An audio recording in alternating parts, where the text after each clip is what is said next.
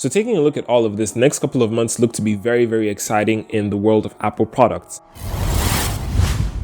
Okay, so we're officially halfway through August and approaching September, which means fall is coming. And what fall means is we're getting a bunch of new Apple events and Apple products coming one after another. And the first one that is coming closest to us is the September Apple event. Now, Mark Gurman, who is a very reputable Apple leaker, has dropped a bunch of news about what we should expect on Bloomberg. So that's where all the news from this video is coming from. You can check out the article below the like button. But with the September event, we're looking at getting a couple of things. First of which is the iPhone 13 series. So we've heard a bunch of news about the iPhone 13 series. We know we're going to get a new chip. We're going to get 120 Hz ProMotion display. We're probably going to get always on display as well. We're looking at getting a smaller notch, and we're also looking at getting cinematic camera mode, or basically portrait mode video, or video portrait mode.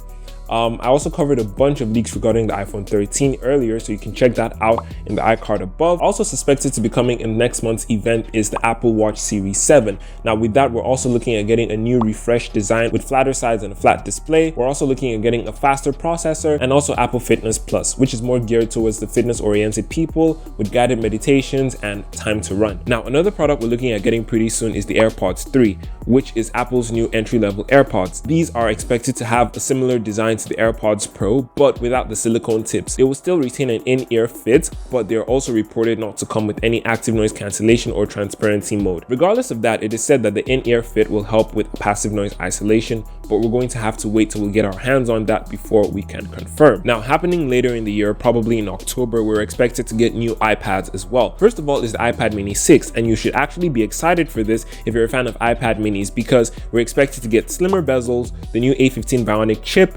magnetic smart connectors like with the iPad Pro and iPad Air, and USB-C. So the port will also change to USB-C. Some exciting stuff. We're also rumored to get the new iPad 9th generation with faster processor, a thinner body, and this is going to be more targeted at students, so the price isn't really going to be that ludicrous. Now, I'm sure you're wondering, what about the M1X MacBook Pros? We're not getting them this year, but we probably are. We're going to get the M1X MacBook Pros probably closer to their 2-year anniversary later in the year.